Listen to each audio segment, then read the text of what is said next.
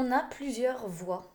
Avec quelle voix vous êtes en train de communiquer, de parler, de, de partager? On a la voix du cerveau.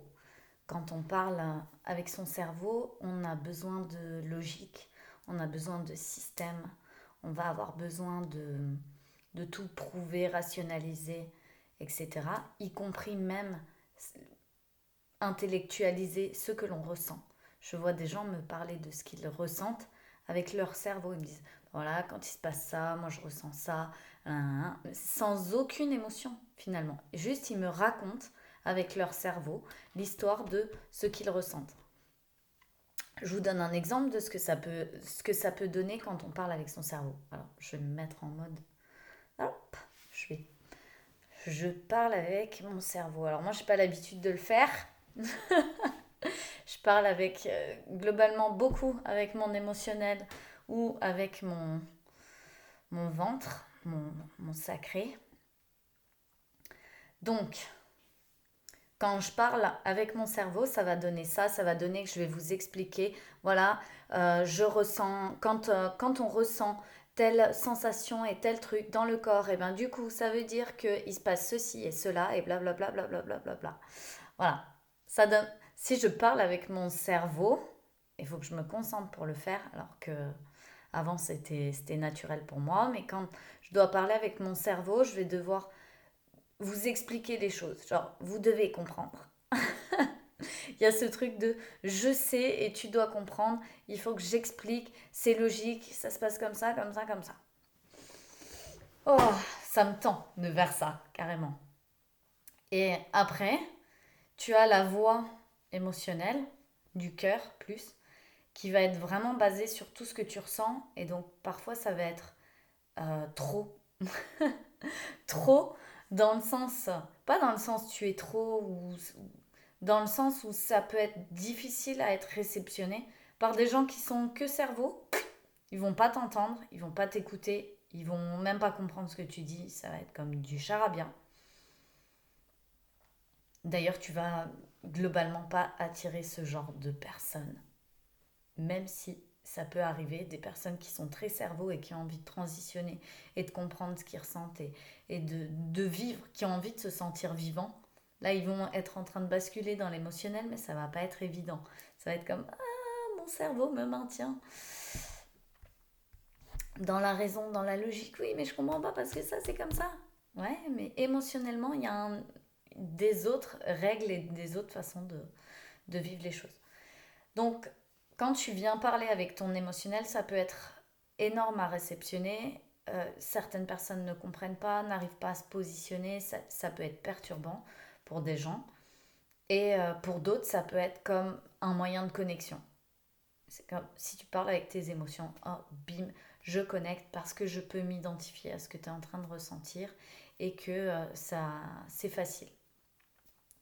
C'est, tout dépend des personnes que tu vas avoir en face de toi. Et la troisième voie, la voie euh, pouvoir, du pouvoir intérieur. J'appelle la voie du pouvoir intérieur, c'est au niveau de ton ventre, dans ton chakra sacré. Et quand tu viens parler avec cette voix-là, elle n'est ni émotionnelle, ni en train d'essayer d'avoir raison, de savoir, de logique. C'est une voix qui reflète vraiment ton intérieur, qui reflète le pouvoir que tu détiens. Est-ce que tu as le pouvoir de décision? Est-ce que tu as le pouvoir de te choisir? Est-ce que tu as le pouvoir de te sentir bien émotionnellement? Est-ce que tu as le pouvoir de manifester? Est-ce que tu as le pouvoir de t'ancrer? Est-ce que tu as le pouvoir de toutes ces choses et tu viens parler avec ton pouvoir? Est-ce que tu as le pouvoir de te connecter avec cette voix-là? Est-ce que tu as le pouvoir de compassion avec cette voix-là? Comme, qu'est-ce qui vient s'ouvrir avec cette voix? Et j'aime bien être attentive à ça, à regarder, à voir avec quelle voix vous communiquez, ou même moi, me concentrer avec quelle voix je communique et essayer différents types de voix dans mes vidéos. Et je trouve ça vraiment fou de voir on attire à nous un type de personne différente selon la voix qu'on utilise. Et parfois la voix émotionnelle va repousser toutes les personnes qui ne peuvent pas tenir les émotions des autres et qui ne veulent pas et qui font un bloc avec ça. Parfois, quand tu es avec ton cerveau, tu vas repousser tous les gens qui n'ont pas envie de vivre dans quelque chose qui est carré, planifié, dans lequel on ne peut pas sortir de ça, qui a un cadre trop rigide, qui n'est pas assez ouvert. Et donc tu vas repousser ces personnes. Parfois tu vas parler dans ta voix du pouvoir et tu vas repousser des personnes qui ne veulent pas prendre leur pouvoir, qui préfèrent rester dans un mode gentil ou méchant, dans un mode victimisation parfois, dans un mode je peux pas mais je peux pas le faire, tu comprends pas, j'ai vécu ci, j'ai vécu ça, c'est pas possible, qui préfèrent choisir de rester dans leur douleur et dans le vécu, dans le passé, que de prendre leur pouvoir entre leurs mains. Donc, peu importe la voie dans laquelle on parle, et peu importe qui on incarne, et peu importe qui on est, on va naturellement repousser des gens. On va naturellement avoir notre opposé, en fait. Si toi, t'es quelqu'un à un endroit, t'as forcément ton opposé quelque part à un autre endroit. Et souvent, on va essayer d'utiliser une voix, un certain type de voix. On va parfois se transformer un petit peu, choisir d'être un peu plus gentil ou un peu plus conciliant ou un peu plus quelque chose, de manière à être plus aimé. De manière à ce que, ah là on m'aime plus.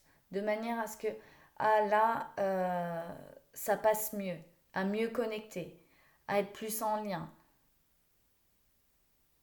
Et parfois, on va faire ça dans un but de s'améliorer et de se choisir, mais parfois c'est pas dans un but de s'améliorer et de se choisir, c'est dans un but de j'aime bien qu'on me valorise, donc quand je suis comme ça on me valorise, donc je choisis d'être ça.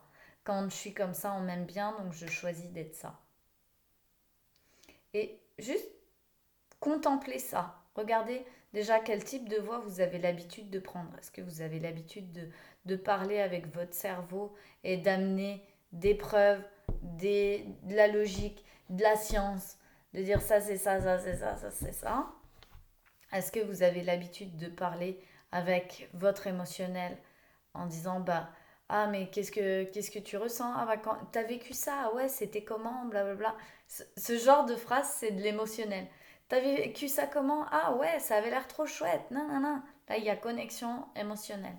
Et puis il y a la voix du pouvoir qui n'est ni émotionnelle ni logique, qui est juste ta voix naturelle en fait, ta voix de base naturelle, qui vient avec tous tes pouvoirs. Et parfois cette voix-là, on l'a vraiment rapetissée, on l'a mis dans une boîte parce qu'elle a déclenché des choses.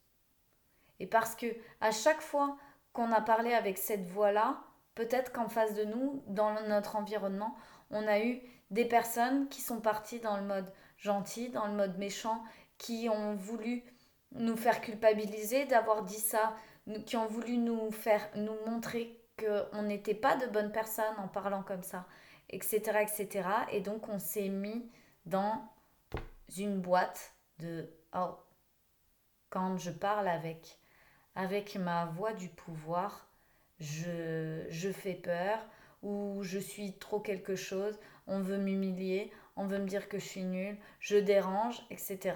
Donc, on a enregistré ça. Ma voix du pouvoir, elle reste dans un petit bloc et à la place de cette voix, je vais sortir ma voix de l'ego. Je vais sortir ma voix de protection. Je vais venir protéger ça. Et pour protéger mon pouvoir intérieur, je vais me coller à un ego qui va être un peu plus grand que mon pouvoir, de telle sorte à dissuader les gens de venir me chatouiller dans mon estime, ou de venir me déranger, ou de venir m'embêter. Et on fait ça parce que on a du mal à gérer l'embêtement, on a du mal à gérer la gêne, l'humiliation, la honte, on a du mal à gérer la culpabilité, on a du mal à gérer ce qu'on vient ressentir émotionnellement. Et donc pour se protéger, on a trouvé un truc super facile, c'est de dire, moi je m'en tape, je suis mon ego, je m'en fous. Non, j'en ai rien à cirer, tu peux dire tout ce que tu veux. Voilà. Et on l'a mis là parce que c'est trop difficile d'être vulnérable et de dire à ce moment-là, waouh, de le dire dans son pouvoir et pas dans son émotion. Dans son pouvoir de dire, waouh, là, à ce moment-là, je me sens terriblement vulnérable, j'ai peur de ceci et je me sens honteuse de ça. Et, et voilà. Et juste, voilà. Parce qu'en face, encore une fois, c'est pas réceptionné, pas toujours. Parce qu'en face, on va avoir quelqu'un qui va à nouveau essayer de tirer le truc sur soi. Ah ouais, mais tu dis, mais c'est pas moi, je veux pas, je te fais pas honte. Si je fais ça, c'est à cause de toi, parce que blablabla. Donc on va avoir sans cesse ce genre de conflit. En fait, quand t'es pas pleinement ancré dans ton pouvoir, en permanence, tu vas être dans le conflit de, ok, ceux qui ont raison ou tort, celui qui est responsable et qui ne l'est pas, ce genre de, ce genre de conflit.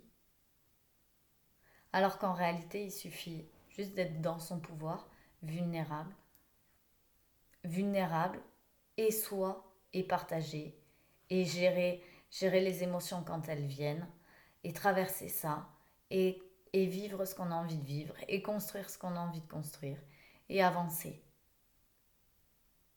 L'ego, on peut le mettre de côté. Les, la logique, elle est super utile pour tous les projets que tu as à construire, les choses. Il y a des lois, il y a des... Tout ça, tu vas avoir besoin de réfléchir avec ton cerveau. C'est pas ton cerveau qui construit ta vie. C'est ton émotion. C'est tes émotions qui t'amènent à ressentir, vivre. Et au-delà de ça, c'est continuer à construire en dehors de ça. D'être bien conscient de ta réalité. D'être bien conscient du pouvoir que tu as entre tes mains. D'être bien conscient de tout ce que tu fais, dis, vis. Pas dans le sens d'essayer de se surveiller. C'est pas genre je me surveille et je dois faire ce qu'il faut et faire tout bien et être la meilleure personne. Non, c'est je me regarde et m'observe pour voir si je suis en train d'incarner qui j'ai envie d'incarner. Si j'exprime pleinement qui j'ai envie d'exprimer. La manière dont j'ai envie de m'exprimer pleinement. Et c'est pour ça que c'est hyper intéressant de voir avec quelle voix tu parles. Et avec quelle voix tu es hyper à l'aise et avec quelle voix tu es comme jamais de la vie, je vais parler avec cette voix. Et utiliser une voix différente de ce qu'on fait d'habitude, ça permet aussi de voir quel genre de personne on attire et quel genre de discussion on vient construire. Toutes ces choses-là qui peuvent être différentes. Voilà, donc moi je m'entraîne en ce moment, personnellement, à parler avec ma voix du pouvoir. C'est pas un exercice facile. Je le fais, j'essaie de le faire un maximum dans toutes mes vidéos, mais c'est pas le cas. C'est pas le cas, il y a des vidéos où non.